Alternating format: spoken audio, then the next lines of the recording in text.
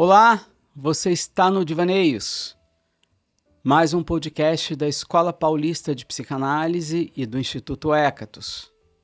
O tema de hoje é linguagem e psicanálise. Eu sou Alice Claps e para discutir esse tema, nós temos aqui conosco Sami Napo, que é mestre em comunicação pela ESPM aqui de São Paulo. Seja bem-vindo, Sami. Obrigado Ali pelo convite. Tema interessante, né? Opa. Vamos ter muita coisa aí para desenrolar. Eu começo com você perguntando a diferença entre comunicação, linguagem e língua. Porque são né, às vezes a gente vai usando esses termos sem muito cuidado e eles têm uma definição específica. Né? Eu não me importo que a gente use até, às vezes, como sinônimo, mas realmente eles não são. Comunicação é um ato, comunicar, né? Informar os indivíduos de alguma coisa, tá? Então, a comunicação é o ato. A linguagem é a forma que a gente usa. Então, ela é rígida, ela tem normas, né? Ela tem símbolos. A língua faz parte da linguagem, mas a língua ela é mais específica, tem símbolos mais específicos. Então, quando a gente fala de linguagem, a gente pode estar falando sobre linguagens verbais, linguagens não verbais, né? Então, a gente tem um espectro maior. Quando eu falo em língua, eu estou falando uma língua específica. Uma língua portuguesa, língua inglesa, linguagem, né, língua de sinais. Então, só para a gente entender melhor, quando a gente está falando em linguagem, a gente está dizendo um aspecto um pouco maior, né? Que engloba, né, todas as línguas. Eu trabalho com comunicação, então estudei linguagem porque faz parte da comunicação e eu preciso da linguagem para isso. Eu uso a linguagem dentro da minha área, né, de propaganda, de marketing, de uma maneira muito operacional e com um objetivo muito claro. Seduzir, persuadir, enfim, vender. De fato, o que a gente quer na propaganda vender. É vender, né? Então, a gente usa a linguagem de uma maneira muito operacional. Claro, não sou psicanalista, mas imagino que também a linguagem acaba sendo, na psicanálise, algo muito operacional também. Ela deve ser tratada desta maneira, mas acho que já vamos falar sobre isso, né? E é interessante imaginar que quando surge a psicanálise, também surge nesses primeiros psicanalistas, Freud e tantos outros, a ideia de estudar um pouco da linguagem, já que essa era a ferramenta que a psicanálise se propunha a usar, e alguns vão lá estudar, né? Então Freud vai estudar e você vai poder nos dizer um pouquinho sobre isso, né? Mas antes eu queria contar uma curiosidade que não sei se você conhece sobre Freud, na verdade sobre o sobrinho de Freud. Freud não ficou milionário a despeito de ser um dos maiores pensadores, não sei o quê, mas Freud não ficou milionário. Quem ficou milionário foi o sobrinho dele, chamado Edward Bernays. Tem um documentário, né, chamado... já vou lembrar o nome dele.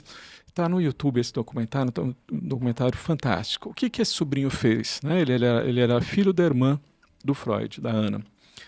Ele entendeu os conceitos de Freud, né, principalmente ligado às massas, e falou, que bacana isso, eu vou usar isso, mas de outra maneira. Foi para os Estados Unidos e foi trabalhar com propaganda e marketing. Ele foi contratado pelo governo americano para fazer propaganda de guerra, da Primeira Guerra Mundial.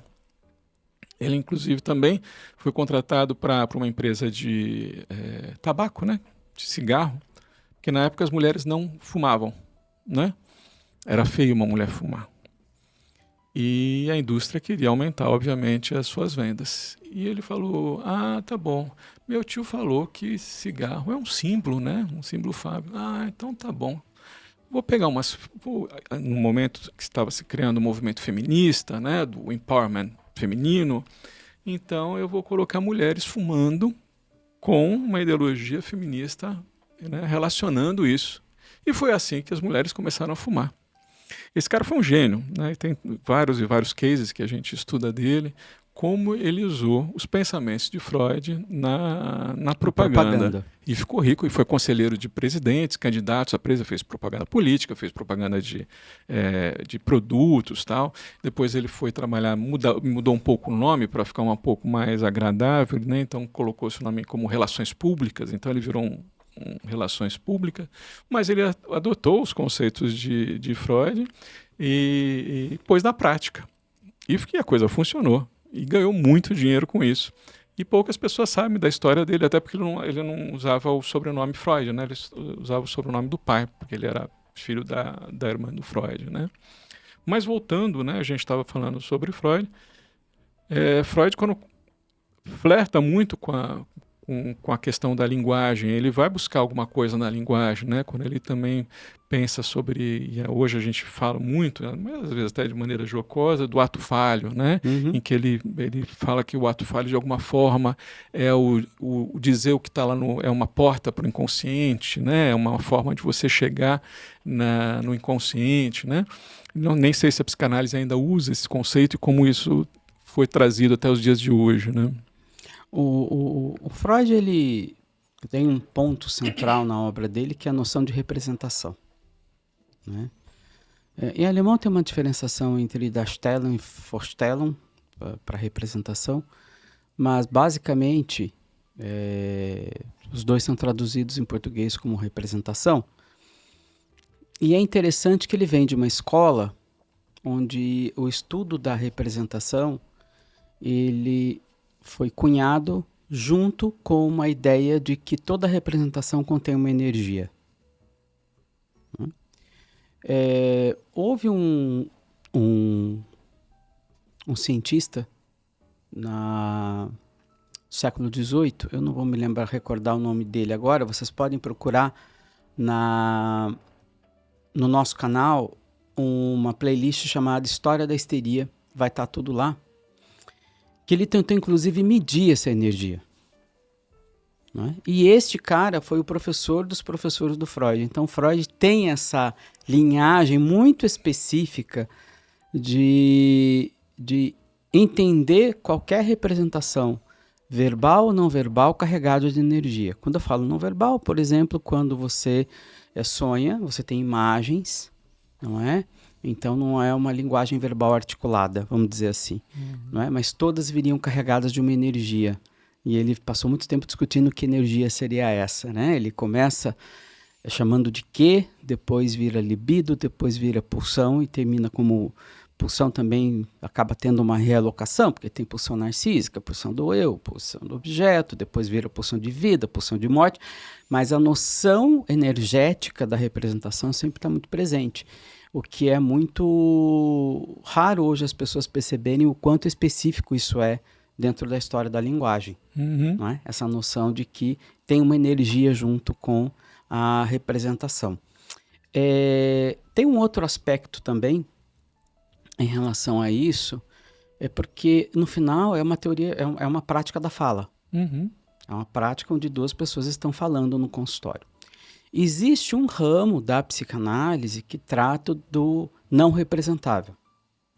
Aí é um ramo bem específico, são os estudos bem mais específicos daquilo que das emoções que a gente não consegue representar ou dos afetos que a gente não consegue representar, ou seja, eles acabam fora da língua, não é? Você vai falar um pouco mais sobre língua daqui a pouco, mas basicamente, se a gente pega hoje um consultório de psicanálise, são duas pessoas falando, não é? Então a gente tem linguagem, língua e comunicação acontecendo dentro do consultório. Dentro dos conceitos que você trouxe, clínica, né? Essas três coisas se articulam dentro do consultório. Né? E é interessante, né? Bom, eu achei maravilhoso essa ideia de energia, acho isso fantástico e acho que eu acho que as palavras têm essa energia, né? E a língua tem essa energia, né? Por isso que a linguística ela é um estudo muito amplo e tem várias teorias, né? Tem muitas teorias sobre elas, não existe nada batido martelo, né? Então, a linguagem, para Chomsky, que é um linguista contemporâneo, ele ainda é vivo, né? Ele é um ativista político e também linguista, né? Ele fala que a linguagem é algo nato do ser humano, a gente nasce, né? E ele usa então a expressão do órgão linguístico, que a gente teria um órgão, né? Não sei se ele usa isso como uma metáfora ou como um fato, mas enfim, ele fala que a gente é inato na gente a linguagem. A escrita não, a escrita é um processo de aprendizagem. mas a língua a gente já nasce com isso, né, dentro de nós, no nosso DNA, né? E que a gente vai desenvolvendo isso na sociedade que a gente está, na cultura que a gente está, né? E a linguagem é tão poderosa porque ela é a forma que depois a gente consegue, assim que o ser humano consegue desenvolver essa linguagem, a gente transforma ela e a gente pensa através da nossa linguagem, né? A linguagem hoje a gente pensa, se você para pensar, você pensa em uma linguagem, né? Pode ser até uma linguagem visual, obviamente, mas você pensa numa linguagem, é muito poderosa a linguagem. E, certamente, ela tem limitações. A despeito da gente estar desenvolvendo a linguagem, né, há quantos mil anos? Tá? A gente fala dos Homo sapiens em torno de 100 mil, 200 mil anos, né? E acredita-se que já o Homo sapiens tinha uma linguagem. Mesmo assim, a linguagem ainda não é capaz de abarcar todos os nossos sentimentos, né? Então, tem muita coisa que a gente não consegue exprimir através da linguagem. E eu imagino isso que na prática clínica deve ser complicado também. Você tem um paciente que às vezes deve se angustiar ao tentar exprimir o que está sentindo, o que está pensando, e às vezes a linguagem não dá conta do que ele faz, do que ele está pensando, do que ele está sentindo, né? Tem um sentimento muito comum em sessões, que é eu teria mais para conversar. Uhum. Essa conversa poderia durar mais 5, 10, 15, 20 minutos. Não é? Quando as sessões já estão mais desenvolvidas, né? E é essa sensação, né? Que a linguagem não dá conta. Uhum. Você pode continuar falando, continuar falando, continuar falando, continuar falando, que você não vai dar conta, né? De expressar tudo o que você quer. Então, mas é a beleza da linguagem, porque é o que me mantém falando. Essa impossibilidade de dizer tudo me mantém tentando dizer. Uhum. Né? Porque se esgotasse a comunicação, para que eu diria? Né? Então, eu tenho a emoção, que eu gosto muito do conceito de emoção, que é aquilo que nos move, vem do latim, né? Aquilo que nos move. E aquilo que nos move, muitas vezes, muitas vezes, passa pela linguagem. Porque o pensamento é uma preparação para a ação. E o pensamento é composto de linguagem. Né?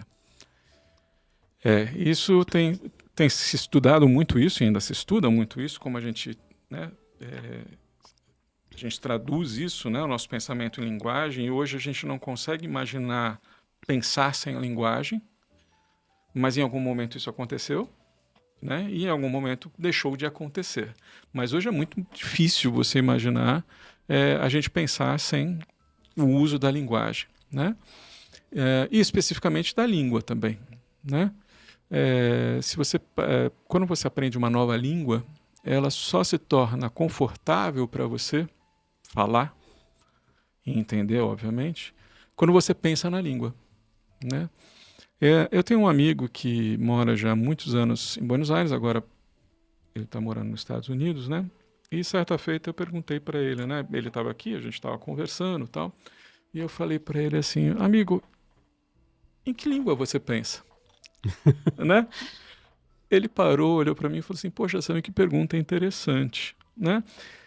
Aí ele pensou, falou assim, sabe, eu penso na última língua com quem eu falei. Por exemplo, eu estou conversando com você. Eu vou acabar de conversar com você e vou continuar pensando em português, certo? E vou até o momento, por exemplo, que eu encontrar com a minha esposa e ela começar a falar comigo em espanhol, e aí eu vou mudar a chave e eu vou começar a pensar em espanhol, né? E eu falei, poxa, olha que coisa interessante, eu nunca tinha pensado nisso, né? Para ver, eu estou ilustrando e usando isso como uma ilustração, como o pensamento e a linguagem é muito forte, né? Tem alguns linguistas, tem até um filme chamado, não sei se você chegou a assistir, chamado A Chegada. Sim.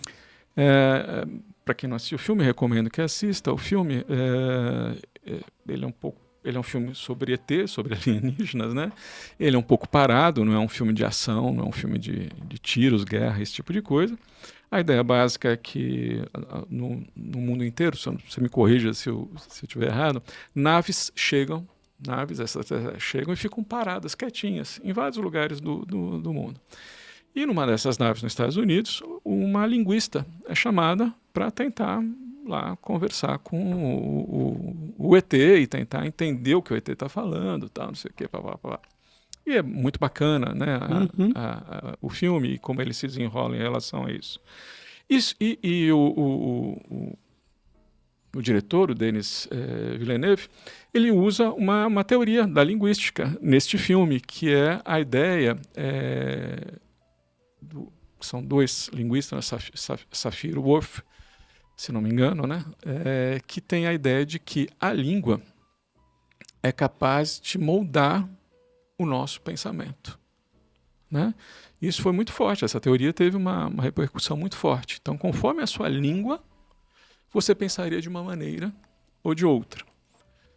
Depois surgiram outros linguistas que refutaram essa ideia, enfim, que entenderam que isso não era desta forma, ou o próprio, como eu falei, o Chomsky fala que não, que a gente tem uma gramática universal, né? E que as línguas obedecem a essa gramática universal, é claro, com suas peculiaridades, mas que a gente tem uma gramática que permeia todo mundo, né? Mas essa ideia de que a língua, de alguma forma, molda é interessante.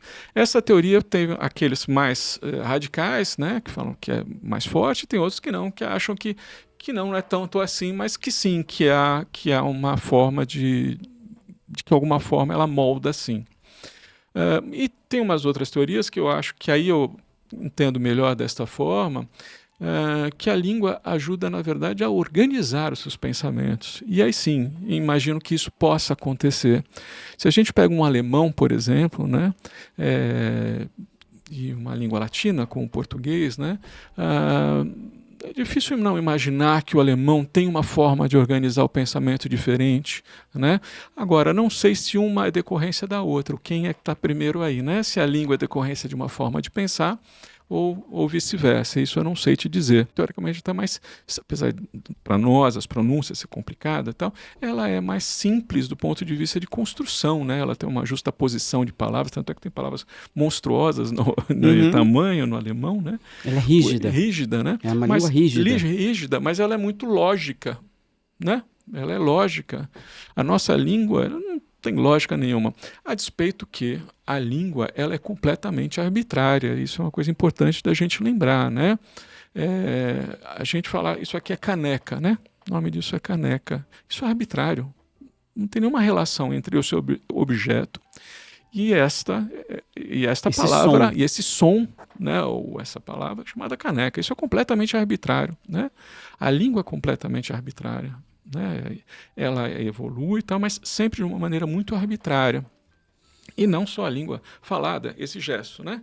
Para nós é legal, ok, em algumas outras culturas não significam a mesma coisa, mas isso é completamente arbitrário. E a gente naturaliza essa arbitrariedade, né? A gente não fica pensando que alguém inventou que o dedo para cima é isso. É isso. Nem a gente não para pensar. Ou por que isso chama caneca. Não tem nenhuma lógica isso chamar caneca, né? E quando eu falo que a língua alemã é lógica, é em outro sentido, na sua construção gramatical, na sua construção das palavras. É esse tipo de lógica que eu estou dizendo.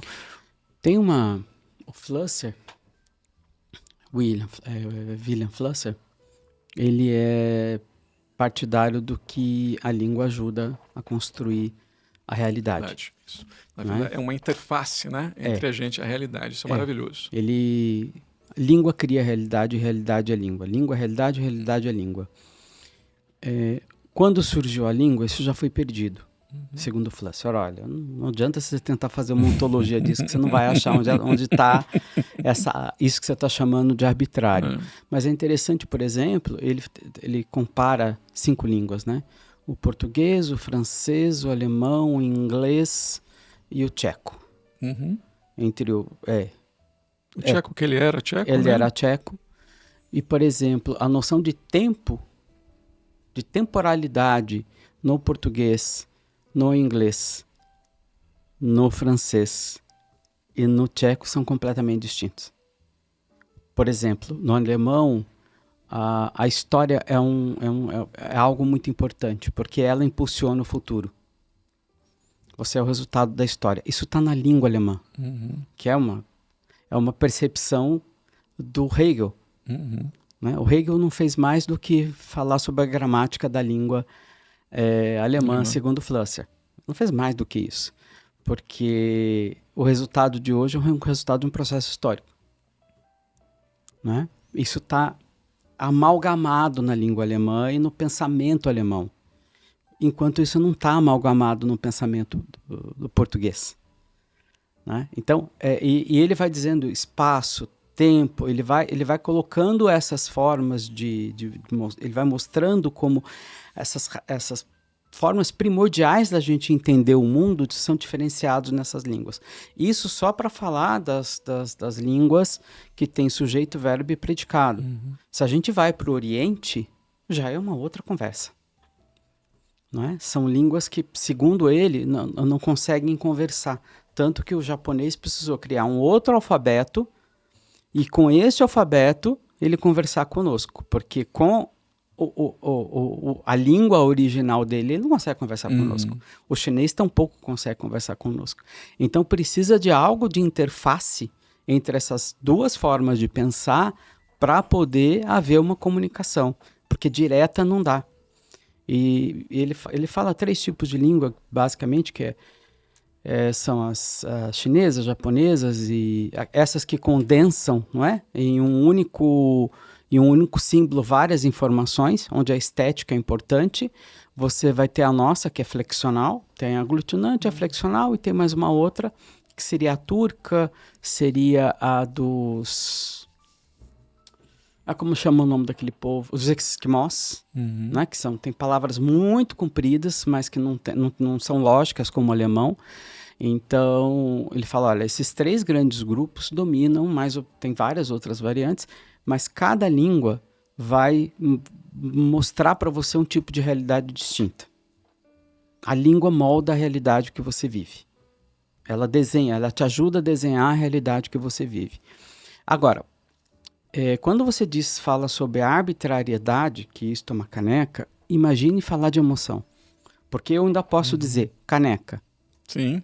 E falar para um chinês, caneca, caneca, caneca. E é comum, né? É comum. Caneca. É algo comum, né? Caneca é comum. Caneca. Pode ter outro nome, cup, em inglês, né? Ele vai dizer, o outro vai dizer cup, eu vou dizer caneca, a gente vai se entender. E agora quando eu falo amor? Saudade. Como que a gente vai comparar? Não tem um objeto de comparação. E é esse o reino da psicanálise. É onde eu não tenho um objeto para comparar. Então tem um outro jogo. A gente está dentro da língua, está dentro da linguagem, está dentro da comunicação, mas eu não tenho isso para mostrar. Não é? E muitas vezes o paciente diz, eu odeio meu pai, ou eu amo a minha mãe, ou não me dou bem com o meu chefe, mas eu não tenho a concretude disso para saber do que se trata. Só ele tem, eu não tenho a chave. Eu não tenho essa chave. Bom, que elementos ele agrupa quando ele diz ódio, quando ele diz ressentimento? Eu não sei. Eu sei que não é... Uma coisa eu sei, não são os meus. Não são os meus. A gente tem um senso comum, né, que a gente aprende, que se eu esfaquear 33 vezes uma pessoa, não costuma ser um gesto de amor. Não é? Não costuma. Você vai ter que torcer muito. Vai ter que torcer muito para isso caber dentro da noção de amor. Então, a gente tem um senso comum, mas na singularidade do consultório, é algo a ser descoberto o tempo todo. Imagina, se você trabalhar e a língua é símbolo, né? Então, se a gente imaginar a língua com símbolos, e são símbolos, né?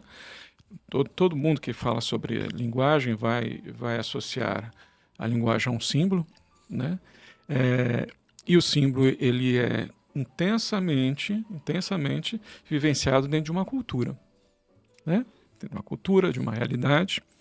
E como você diz no Flusser, que a realidade molda, né? E a verdade, e ela é interface, a linguagem é interface entre você e a sua realidade.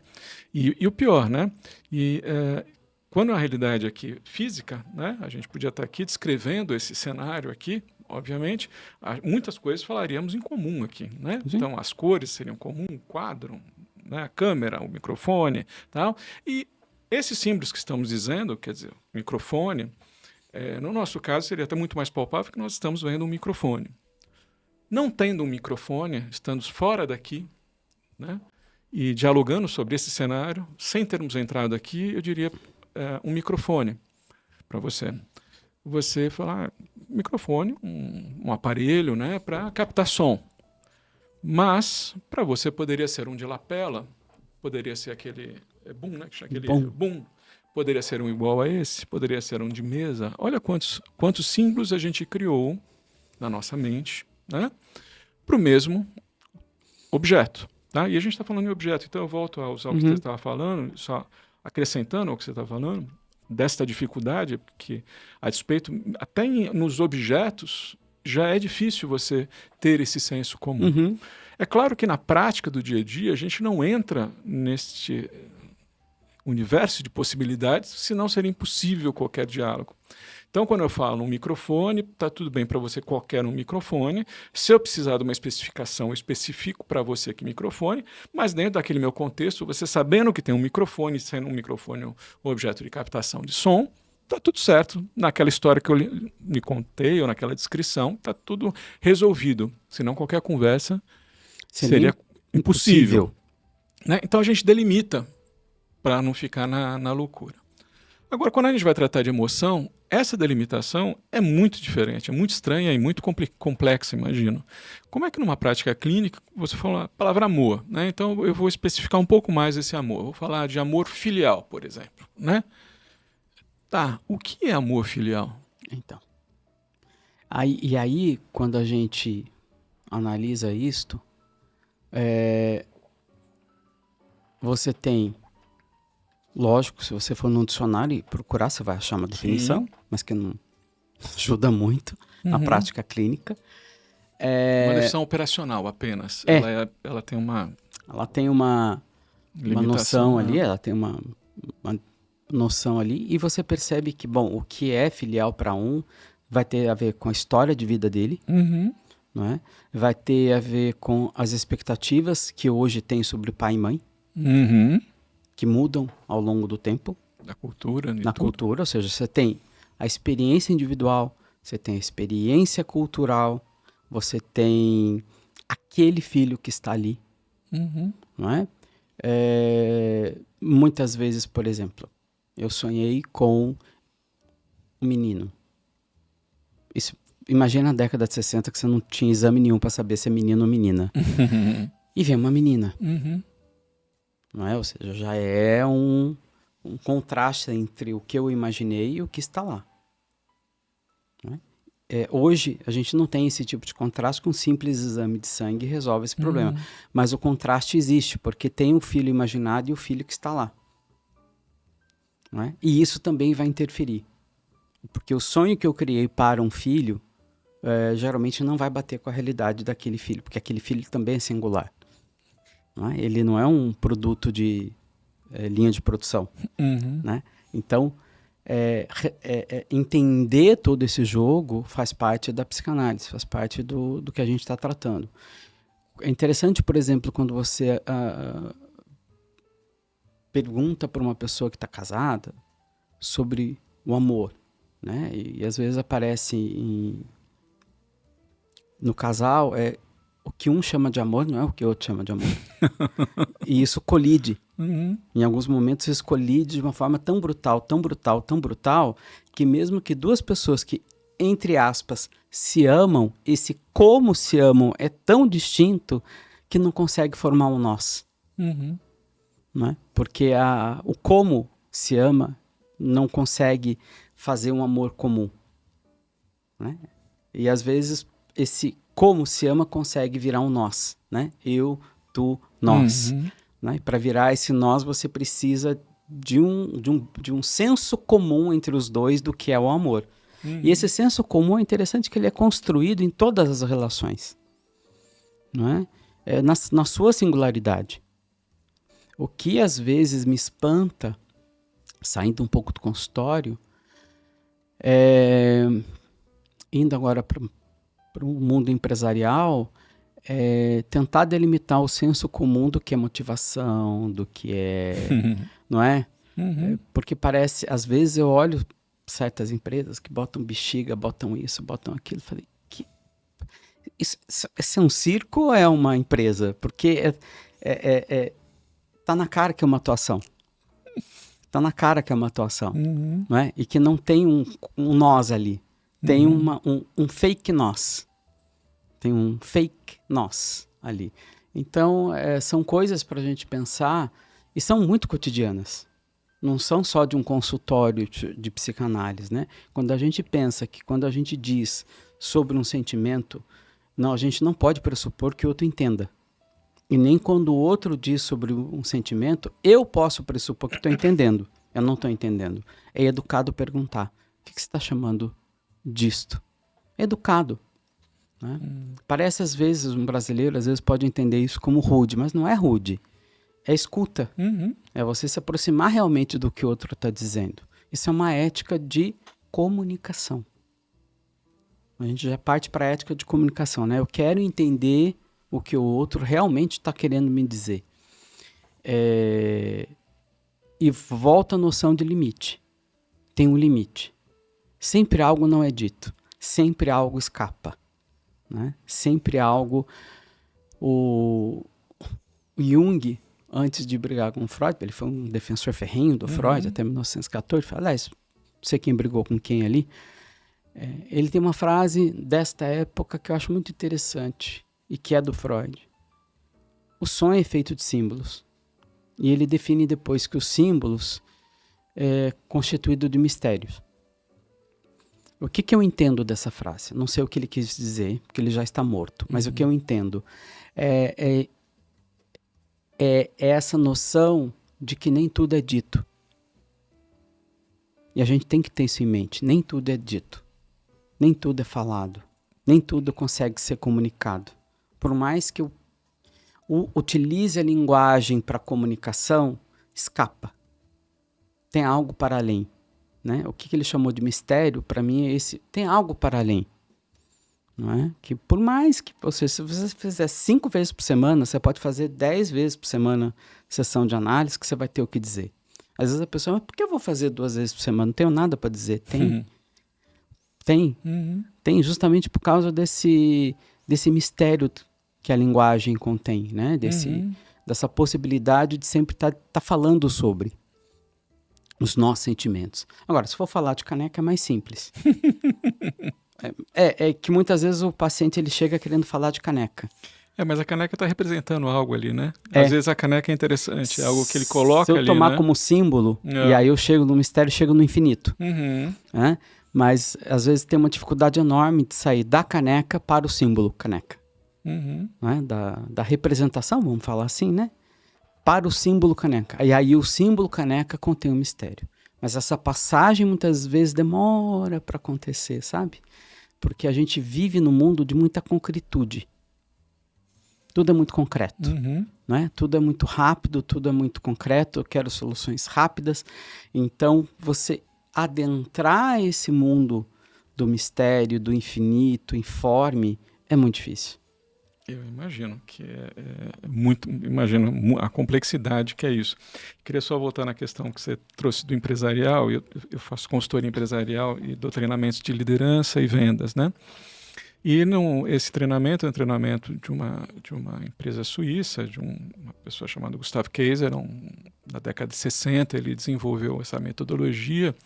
E o que eu acho muito interessante é o seguinte, é que ele trabalha a ideia de que, assim, eu não consigo motivar você, né? Não existe isso, eu não motivo você que se motiva.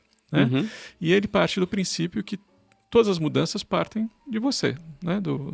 Você tem que mudar, você tem que mudar a sua visão sobre as coisas para conseguir, de alguma forma, mudar aquela realidade que você quer mudar, seja em venda, seja em liderança, enfim. Eu brinco que esse tipo de treinamento que você fala de motivação, eu chamo de treinamento RU. né? Que é uhul, né? Oba! Um finge que falou, outro finge que entendeu. E finge que entendeu. E neste treinamento tem um outro princípio, dentre vários outros princípios, que eu não vou me delongar aqui, mas tem um dos princípios que é exatamente esse. Sempre questionar ao outro o que ele entendeu do que você está falando. Né? Isso é exatamente o que você disse, não é falta de educação, muito pelo contrário, eu quero testar e entender daquilo que eu disse, o que chegou até você. Até para a gente estar usando a expressão que todo mundo usa, na mesma página, todo mundo entendeu o que está se falando. Estamos num senso comum entre nós dois. Exatamente, então se você levar para o lado da empresarial, né? E aí voltando à linguagem dentro desse universo, eu tenho uma equipe, né? Então eu transmito uma informação, né? Através da minha linguagem, e acho que aquilo está resolvido. Ó, gente, isso tudo é caneca. E todo mundo entende que isso aqui é caneca. E está tudo certo, né? Tá todo mundo. Mas não. Um pode entender caneca uma coisa de madeira, outro pode entender caneca de outra forma, enfim, né? Estou pintando com tintas, né, fortes. Mas este entendimento e esse teste é importantíssimo. Você saber o que o outro está entendendo do que você está falando, né? Isso no mundo corporativo é pouco feito, porque muitas vezes a liderança não permite isso, entende isso como uma falta de educação, né? O cara fala assim, escuta, você está falando tal coisa, mas o que você quer dizer com isso, né? Você está testando a minha liderança? Não, ao contrário, eu quero seguir o que você está falando, mas para isso eu preciso entender o que você está falando, né? E muitas das coisas que a gente está falando aqui, eu volto, não sou psicanalista, mas fiz análise, né, durante muito tempo. Eu percebia muito isso na clínica, né, psicanalítica do terapeuta. Muitas vezes fala, olha, você está falando isso, mas digo, o que é isso para você? Né? Da onde vem isso para você? Me explica o que é isso para você, né? E aí voltando à linguagem, que é um instrumento que a gente usa para isso. Eu entendo também que muitas das vezes, às vezes a linguagem nem é verbal, né? Muitas vezes o terapeuta entende aquilo por uma transmissão que a gente nem sabe. Obviamente não é transmissão de pensamento, não é telepatia. Não é telepatia, mas é um conjunto de sinais que o paciente emite que não necessariamente é a língua falada, né? Sim. É uma expressão corporal, é um esgar, né, no olhar, é uma cara de conflito. Isso tudo deve estar dentro desse pacote da linguagem. Então a gente tem que... Tem um outro pacote que está aí, o Bion chamou de intuição, que é uma palavra complexa, mas é mais fácil de descrever do que conceituar. Por exemplo, quando eu estou atendendo, muitas vezes aparecem imagens na minha cabeça de situações. Esta imagem eu decodifico em linguagem verbal articulada. Então, a primeira que vem não é verbagem, é imagem. Geralmente, para mim, aparece muita imagem na minha cabeça. Não é? Raramente aparece algo em linguagem verbal articulada. Eu tenho uma mente muito pictória. Então, aparece uma situação. Sabe? Algo mais próximo do sonho mesmo. E aí eu preciso transformar esta sensação em linguagem verbal articulada para poder comunicar. Mas a imagem em si ela é articulada. Ela a imagem é articulada. Já está articulada. Tá. Ela já quer passar alguma coisa. Não é? Mas, por exemplo, ele está tendo uma comunicação, mas ela não é só o que ele está falando verbalmente, né? Articulado, né? O que eu chamo de linguagem verbal articulada? Isso é eu falando. Eu estou falando. Né? Então aparece para mim, isso para cada analista é singular, tá? Para mim aparece uma imagem carregada de uma emoção que aí eu preciso decodificar, entender e ver o que eu vou fazer com isso. Mas primeiro para mim aparece imagem, não aparece linguagem verbal articulada, ou seja, um pensamento falado na minha cabeça. Não, aparece uma imagem. É uma situação, uma coisa mais onírica. E depois eu transformo... Bom, agora eu vou ter que decidir o que eu vou fazer com isso. E aí vem o manejo clínico. Como que eu vou manejar isso clinicamente? Né? Mas daí aí entra um pensar mais articulado. Mas o primeiro que vem não é o articulado. É a imagem, é imagético. Que é uma comunicação. Sim, claro, sem dúvida. Né? Mas é de uma outra ordem. E aí eu estou tentando aproximar... O sonho, né? Porque o sonho é um tipo de linguagem. né? Que não ele não é verbal, ele não respeita tempo, ele não respeita espaço, mas ele é uma linguagem. E tem uma articulação, talvez ilógica, em alguns momentos a gente não Ilógico entende a no sentido lógica. Porque não tem tempo e espaço, não é causal, mas ele tem uma articulação. Ele tem uma forma de acontecer. Ele usa símbolos, obviamente, né? Porque se a gente discute que a gente chega nesse consenso de que a linguagem é símbolo, né? Então ele tem seus símbolos, né? Eu sei que para Freud isso era muito importante. Hoje talvez a psicanálise não use isso com essa força, né, o sonho como uma força tão grande de adentrar ao inconsciente, né? Ele achava isso que era uma janela, né, também ao inconsciente, né? A livre associação Isso. A gente trata hoje qualquer coisa que o paciente traga como um sonho. Eu sempre oriento isso aos supervisionandos no sentido de que, olha, se ele está falando sobre a esposa, você não está vendo a esposa. Você está vendo alguém falando sobre a esposa. Então, qual a diferença de alguém falando sobre a esposa e alguém falando sobre um sonho? Nenhuma. Você não está vendo. Então, trate como se fosse um sonho. Trate como um símbolo. Sim. Não é? Então, fica muito mais fácil. E livre associa. Não é? Claro. Livre associa. Porque você não está vendo, é um ouvir dizer. A psicanálise ela ganha mais corpo quando a gente fala sobre o que um está sentindo ali no consultório. Porque daí já não é mais um ouvir dizer, é uma vivência. Quando a análise sai do ouvir dizer para vivência, é um pouco mais, vamos dizer assim, é um outro nível, é um outro step, é uma outra fase, seja o que você queira chamar, porque você não precisa pensar evocar uma emoção, ela já está ali. Ela não precisa ser evocada, ela já está presente, é só você olhar para dentro e falar. Então é mais fácil, só que é difícil chegar nesse estágio. E fico imaginando que para o terapeuta também é muito que não é dito, mais às vezes importante do que aquilo que é dito. Aquilo que está latente talvez seja muito mais importante. Esse é descartado. Assim como no sonho o conteúdo manifesto é descartado, o que é dito é descartado. Porque não tem sentido. Não é? E parece paradoxal isso, né?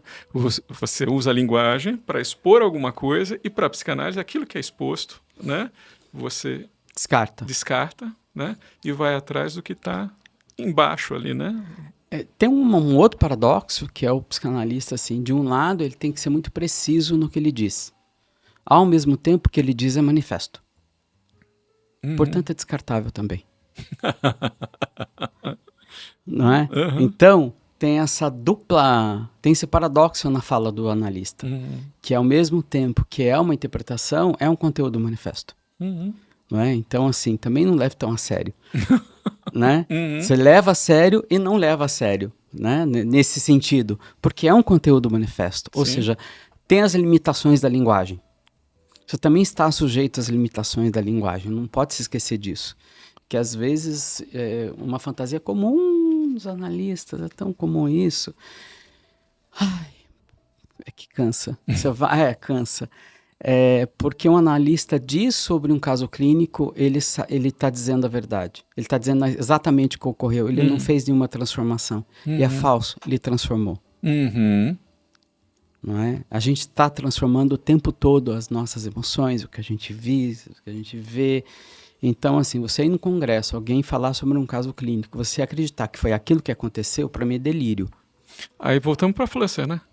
Da realidade, né? E a linguagem é uma interface entre isso, né? Então, e ela tem as suas limitações e sua dificuldade.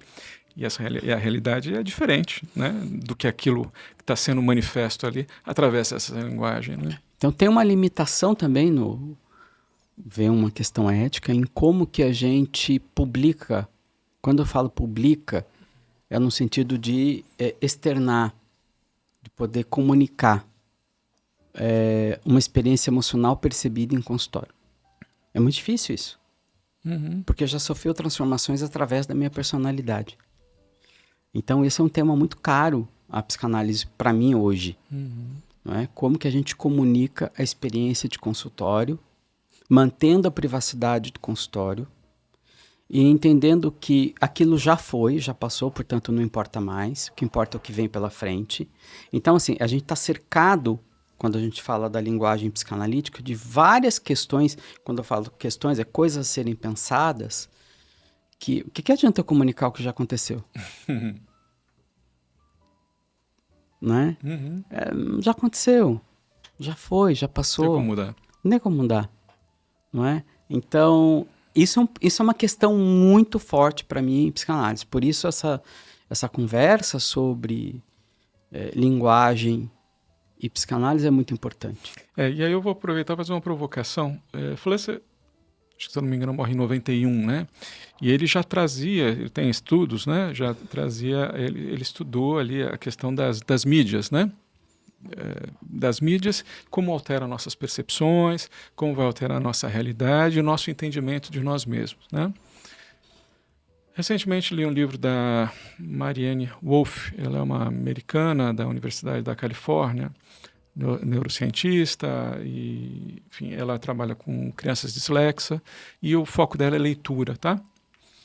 E ela não é apocalíptica, muito pelo contrário, ela traz é muito interessante o livro, chama O Cérebro Digital, e ela traz a ideia de que agora, primeiro ela faz ela entende que a leitura, né, ela é muito importante na construção do nosso pensamento, tá? Então, mesmo na leitura ser algo relativamente novo, né, para a gente, para o ser humano, acho que a escrita deve ter alguma coisa com os sumérios, deve ser assim, acho que 5.000 anos, tal. Muito novo. É novo para a gente ter, imaginando, né, para mais de 100 mil anos de linguagem, você ter 5.000 anos de escrita é algo relativamente novo, mas que ela se incorporou, né, a escrita se incorporou na nossa vida e ela altera nossa forma de pensar.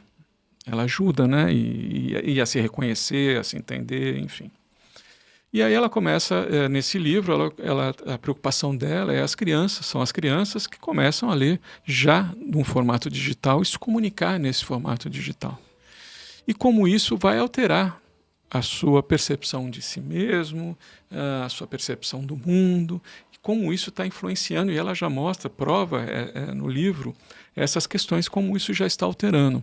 E a gente mesmo percebe, se a gente manda, claro, eu e você não, porque a gente ainda é velho, então a gente escreve no WhatsApp, a gente põe ponto de interrogação, Sim. a gente põe ponto, a gente põe vírgula, a gente, né, usa ainda, porque a gente não consegue fazer diferente. Eu né? não reduzo palavra, põe sempre a palavra inteira. Eu não consigo também, para mim é uma coisa que né, é mais forte, né?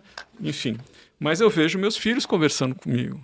Tem hora que eu não entendo o que ele está falando. Juro por Deus, eu não entendo. Não entendo.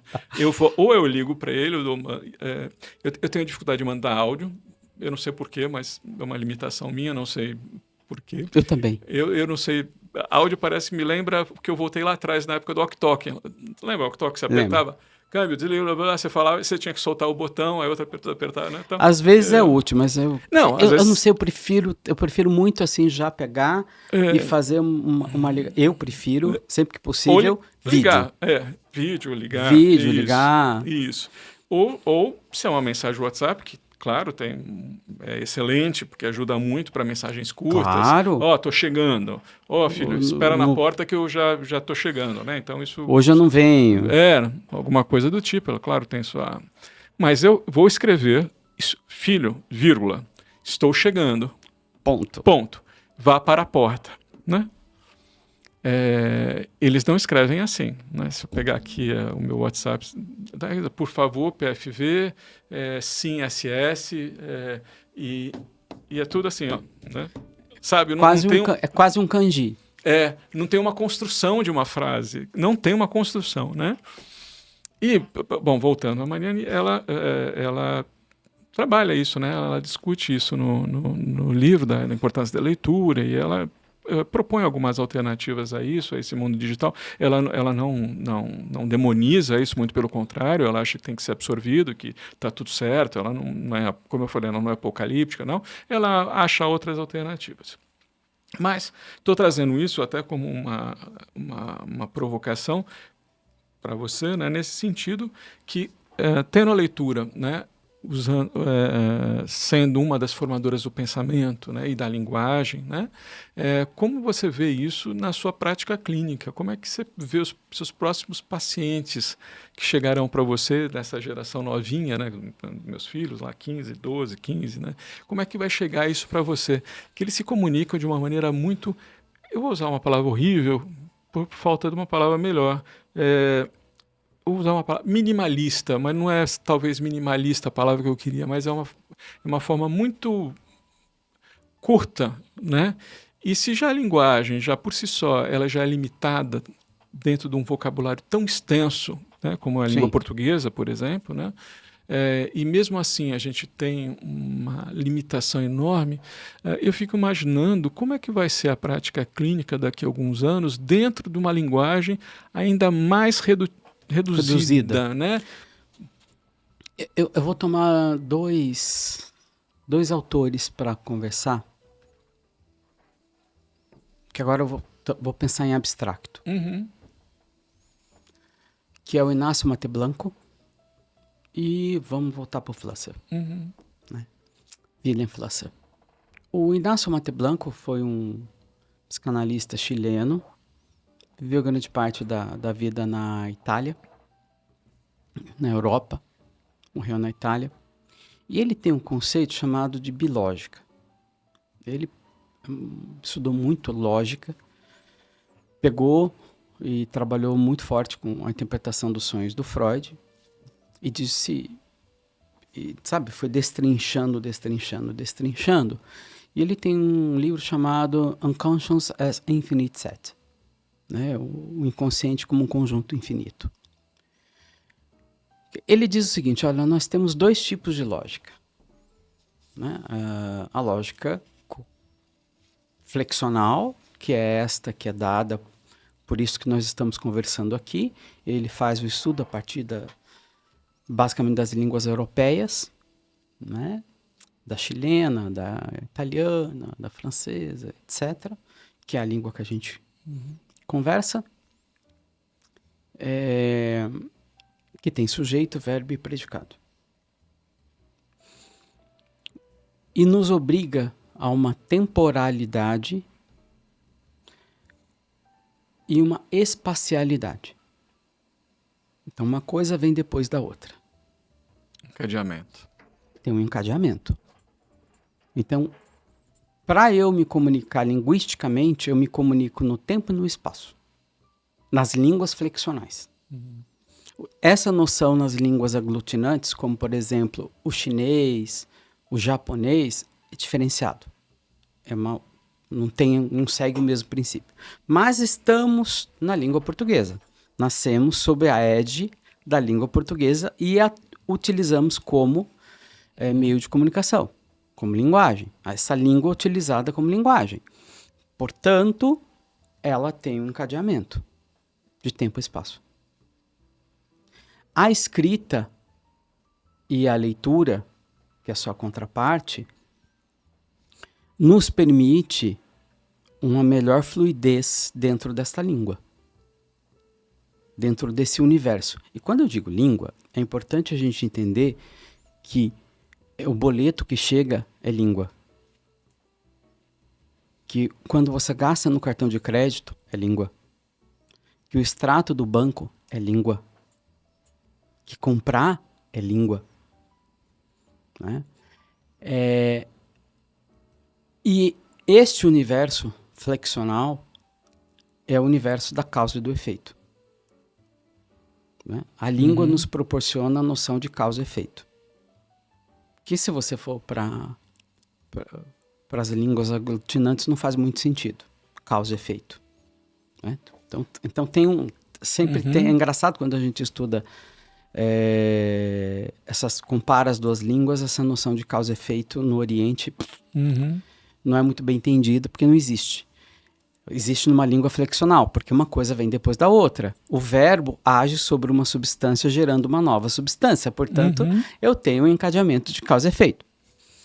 Ótimo. Quando eu escrevo, eu tenho que fazer uma síntese do meu pensamento. Eu tenho que fazer uma síntese do meu pensamento para escrever. Então, tem muita gente que tem dificuldade de escrita porque tem dificuldade de síntese. E se tem uma dificuldade de síntese, como é que eu faço uma síntese das minhas emoções? Como é que eu dou um nome para as minhas emoções? Porque dar o nome é o resultado de uma síntese. Então você começa a ter para mim, um problema aí entre a possibilidade de abstração, não é? Do seu sentir, das suas emoções, não é? E de reflexão também, de né? reflexão, e que vai para o cotidiano, tá? Isso não para isso. Entra dentro do cotidiano, que vai até como eu me relaciono com o extrato bancário, até como eu me relaciono com as minhas emoções. Que esse é o universo da psicanálise, como você trabalha com o seu... E isso invade o campo do trabalho mesmo, no mercado de trabalho, etc, etc. Então, e agora indo para o Flusser, aquilo que não pode ser abstraído é concreto. Então eu entro numa zona onde, quando o outro diz alguma coisa, por exemplo, caneca, é muito concreta a noção de caneca. Né? E é onde os sentimentos e essa arbitrariedade é perdida. Então tudo começa a ficar muito concreto. Muito concreto. Muito concreto. Então é um trabalho hoje no consultório, e eu não digo da geração, porque é da época. Eu tenho adultos hoje que não leem. Eu tenho adultos hoje que não escrevem. Eu tenho adultos... Então não se trata da juventude, se trata da época. De certa forma, se não tomar cuidado, caminhando para uma pobreza no uso da língua e da linguagem como meio de comunicação dos meus sentimentos. E isso tem um preço, isso tem um custo. Que custo exatamente vai ser esse, eu não sei. Eu não consigo mensurar. Eu não consigo mensurar. A única coisa que eu consigo pensar é nessa dificuldade de adentrar para o mundo do tempo, do espaço, da causa e do efeito. Né? E aí com todas as consequências, por exemplo, imediatismo. Tem que ser agora. Ou seja, não entende que uma coisa vem depois da outra. Né? Você tem que esperar, você tem que aguardar, você tem... Né? Eu digo, olha, não adianta você chicotear o abacateiro. O abacateiro vai dar abacate na época de abacate. Né? Tudo tem seu tempo. E se perde essa noção. Né? Então, tem algo que vai se apresentar ainda, que talvez já se esteja apresentando e eu não esteja notando, porque a gente está tão dentro da clínica que ela vai acontecendo e você não vai percebendo.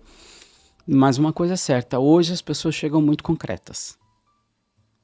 Não é? E parece que se você for falar em algo mais abstrato, para elas é uma perda de tempo. Elas não querem, ela quer uma solução aqui, agora, quer solução, não quer pensar, não quer abstrair, não quer entender, não. Mas se eu pensar também no passado, tinha essa demanda também. Não é? Talvez hoje esteja sendo mais difícil tirar do concreto e levar para uma discussão mais abstrata. Quando eu digo abstrato, parece algo que é intelectual. Não é intelectual. É você pensar os seus sentimentos. Aquilo não é concreto. É poder trazer aquilo que é corporal para aquilo que é abstrato. Né? Mas você que é pensar. O que eu chamo de abstrato é pensar. É pensar, mas você, pela sua fala, eu fico imaginando que até as questões emocionais dessa geração ou dessa época está sendo levado para uma concretude, então. Sim. No sentido de até, olha, eu vou resolver isso, vou pintar, né, com tintas, com uma pílula. Né, porque é uma coisa fácil de resolver. Ou emoção é isso, mais aquilo, eu não sei, eu não consigo entender, porque para mim é difícil imaginar o sentimento como algo que não seja abstrato. Né? Concretizar isso, para mim é complicado. Tem uma... O mundo psi, ele tem moda também, tá? Ele tem as suas modas. Tá? Teve a moda do bipolar, teve a moda do TDAH, tem as modas. Para o bem e para o mal. Essas são questões postas em primeiro plano. Para que serve moda? Serve para vender remédio. Vender terapia específica, vender remédio. É o mercado da psicopatologia. Hoje, nós temos uma moda que, insisto, serve para jogar luz sobre problemas que antes não tinham luz e podem ser pensados, mas não deixa de ser, de um lado, uma moda. São as duas coisas, paradoxalmente. Insisto no paradoxo, porque senão eu vou estar dizendo que tudo é moda, que essas coisas não existem. Não é isso que eu estou dizendo. Estou dizendo o uso mercadológico. É muito claro que na sua colocação que é ótimo, por um lado, porque traz luz a coisas que estavam escondidas e ninguém sabia que existia. E existem. Sim. Talvez não existam no tamanho que está se vendendo. Porque precisa vender o remédio, então você precisa crescer a sua amostra para ter uma amostra maior e vender mais remédio. Mas sim, ela tem sua importância, mas ela tem que também estar dentro de certos limites. Hoje está na moda o espectro autista. Sim. O que é um espectro autista? Seria um indivíduo em que as emoções são sentidas de formas tão concretas e tão avassaladoras que o vínculo com o outro é cortado. Porque entre eu e você agora tem um vínculo. Certo? Sim. Certo. Tem uma tempestade emocional acontecendo. Como isso para mim não é abstrato, é concreto, eu corto. Porque eu sofro muito com isso. Isso é sentido na carne. Então, para eu não sentir na carne, eu corto o vínculo. Então, hoje é comum em escolas, alunos que não suportam o ruído da aula. Então, corta o vínculo. Não suportam entrar em contato com os colegas. Corta o vínculo. E começam a se fechar. É disso que eu estou falando. É onde os sentimentos começam a ficar concretos. E concreto é insuportável. Não é? Então não é mais como se tivesse uma tempestade emocional. Tem uma tempestade emocional, a qual eu não dou conta, então a qual eu corto o vínculo. Então isso é um modelo para a gente pensar a concretude das emoções. Porque se elas são abstratas, elas podem ser pensadas. Em sendo pensadas, elas podem ter manejo. Em sendo concreta, não tem manejo. Aqui não tem manejo. Não tem manejo. O único manejo que eu consigo fazer é cortar o vínculo. Que manejo é quebrar essa xícara. Acabou. Ou retirar o ruído. Ou retirar o ruído. Ou retirar a pessoa. Ou seja, aquilo que poderia ser pensado é posto em ato. Eu saio da sala. O estímulo, eu corto o estímulo. É como eu posso amenizar a sensação, cortando os estímulos. E o pior é que isso é apoiado por pais, às vezes por educadores ou por outras pessoas, né? Há um apoio para que isso seja feito, né? Então, aí tem, insisto, uma hora de parar para pensar. Não é? O que está acontecendo na singularidade deste indivíduo, não é? Mas que está virando uma moda, de diagnóstico, de procedimentos, de mas também, voltando à sua pergunta, pode ser um sinais dos tempos. Não é? Então, por isso que eu não invalido o que está acontecendo, não é isso, longe disso. Só tô tentando não entrar no mercado da psicopatologia, porque daí vai ter gente querendo vender tratamento, escola querendo vender coisas, metodologias, etc. Não entrando nesse mercado e sendo mais ético, é algo que a gente está vendo, que está ocorrendo, que está se passando. Ou seja, você vai numa escola hoje, está acontecendo. Esse indivíduo está lá, é algo do real. Não é? Então, agora como pensar isto? Esse é o desafio, inclusive, da psicanálise. Como pensar isso? E acho que tem mais um desafio dentro disso, é que como a gente está cercado de informação, hoje a informação é barata, né? Sim. Eu sempre falo isso, que a informação antes, na minha época, era cara. Cara, não só no sentido financeiro, mas ela era difícil. Eu tinha que ir para uma biblioteca. Tá? Nossa. Eu tinha que levantar, desculpa a expressão, a bunda da minha cadeira, pegar um metrô, pegar um ônibus, ir na Mário de Andrade, ir lá no Centro Cultural São Paulo. Chegava lá, os livros, você não encostava nos livros, né? A biblioteca você não encosta, você encosta nos arquivos. Tem um monte de arquivinho com um monte de fichinha, tá certo? Que não diz nada, é um monte de números, né? Então, para você chegar num livro, alguém tinha que ter indicado. Então, você tinha uma curadoria de um mestre, de alguém que já, de alguma forma, te indicou e te, né, trouxe alguma coisa. Então, existia uma curadoria e, claro, depois você faria a sua própria curadoria, porque você ia pegar esses livros, ia ler, ia fazer o seu filtro, ia entender e tal. Então, a informação era cara, difícil, demorada. Hoje a informação ela é extremamente barata e ela não tem curadoria nenhuma. Nenhuma, muito pelo contrário. Quer dizer, tem alguma em alguns lugares, é claro, você vai ter sites que vão ter informações já apuradas, né, tal. Mas, de uma maneira geral, se eu falar em mídias sociais ou qualquer coisa assim, ela não tem uma curadoria. Lá, tá, alguém escreve alguma coisa e está tudo certo. Hoje tudo faz mal, tudo faz bem, você vai nutricionista falando de, hoje é manteiga, é margarina, é não sei o quê, não sei o quê. Ninguém apresenta estudo de nada para comprovar aquilo, mas enfim, é qualquer coisa, né? E aí eu fico pensando isso, que assim, além disso que você está falando da moda, a pessoa começa a achar isso, aí ela entra lá no Google e começa a ler. O que é, né? Você falou do espectro autista. Se a pessoa faz isso, tem isso, tem isso, tem isso, aí a pessoa começa, sou eu sou assim.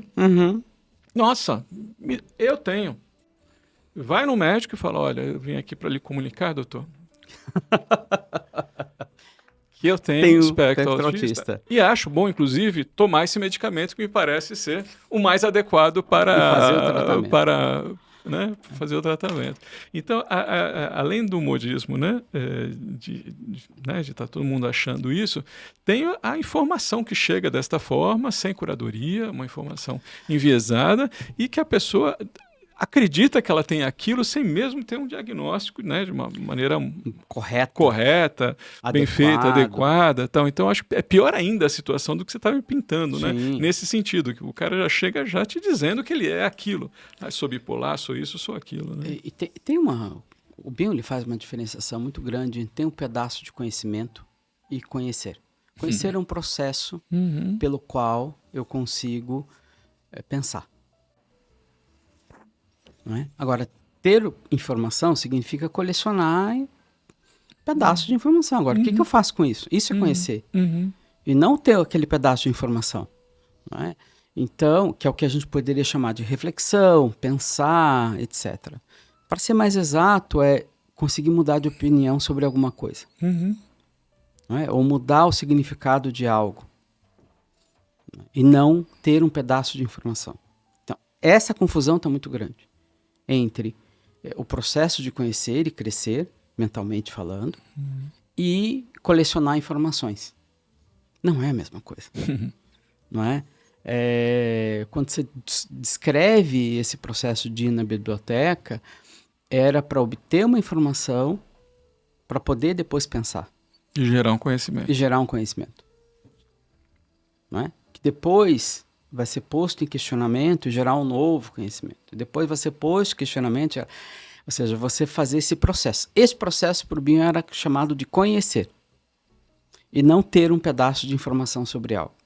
Então, conhecer sempre, o resultado do conhecer, o conhecimento sempre é provisório, nunca é definitivo. E eu tenho uma frustração muito grande quando eu vou no Google. Eu tenho uma frustração muito grande. Por quê?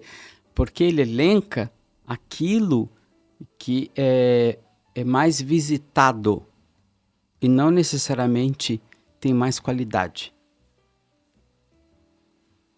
Então já tem aí um grande problema. Porque ele supõe que aquilo que é mais visitado, né, tem mais qualidade. É mais chancelado. E não é. Isso é um problema também das inteligências artificiais. Não tenha dúvida de que a gente acha que a gente está discutindo... Veja, nós não estamos em nenhum momento saindo da questão da linguagem. Tudo isso perpassa tudo isso que estamos discutindo aqui. Perpassa a linguagem. Então, que é como eu crio meu vocabulário através do Google. Exatamente. Ou com a inteligência artificial. A inteligência artificial faz a mesma coisa. né? A inteligência artificial vai buscar ali, dentro daquele universo de dados criado pelo homem, ela não cria aquela informação sozinha, ela Sim. vai buscar essas informações, vai ver o que está mais ali, né? Mais gente falando. Dizem, eu li uma reportagem sobre isso, que o Google lá atrás, e isso foi até divulgado, o Google lançou uma inteligência artificial antes até do ChatGPT. Só que o que aconteceu? Assim como o ChatGPT, ela vai para a rede, vai buscar as informações que você está ali e constrói essas informações a partir de uma base de dados, né?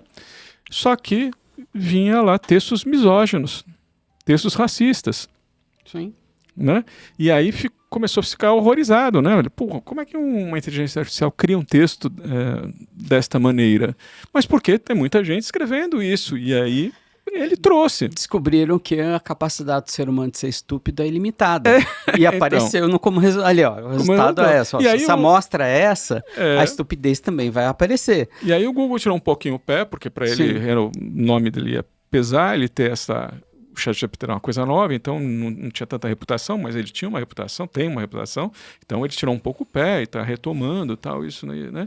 Mas essa coisa da estupidez humana e o quanto isso também está nos afetando e acreditando que aquilo é verdade. Sim. Né? E voltando a isso, a gente está cada vez mais impactado, e eu vou voltar à prática clínica, né, de alguma forma, dentro da minha pergunta, porque cada vez mais você dentro dessas mídias sociais, impactado pelo aquilo que você acredita. Você não tem um contraditório, né? Sim. Porque o algoritmo sempre vai trazer mais do mesmo. E onde tem a reflexão nisso? Como é que você consegue refletir se você não tem um contraditório? Né? Um dos aspectos da reflexão é o contraditório, é o que vai contra aquilo, porque põe em xeque aquilo que você está pensando. Né? E se você não tem um contraditório, a sua reflexão sempre vai caminhar para o mesmo lugar, porque ela não é confrontada. E é o que em psicanálise a gente chama de pensamento fanático. Ótimo. É o pensamento fanático. Né? E você vai reforçando que é a impossibilidade de perder o significado. Não é? Ou seja, eu vou reforçando o significado até ele não conseguir mais perder significado. E eu volto ao Flusser. Língua cria realidade. Então, se eu estou cercado de pensamentos fanáticos, eu estou criando um mundo fanático. Eu vejo o mundo que eu crio é fanático. Né? E tem uma coisa mais surpreendente em relação ao tema, é que a saída do fanatismo sempre é uma explosão. Você não sai do fanatismo para um lugar calmo. Você sempre sai a saída dele sempre é explosiva. Então, ele é muito perigoso por dois motivos. Primeiro, porque ele cria o eu e o nós. Eu e o outro. Eu versus o outro. Ou eu ou o outro. Ele enfia um ou no meio. Ou eu ou o outro. Que é o fanatismo político. Segundo, que para sair disso, é sempre explosivo. Nunca é calmo. Você nunca sai desse lugar calmo. Então, é extremamente perigoso. Sami, a gente podia ficar aqui...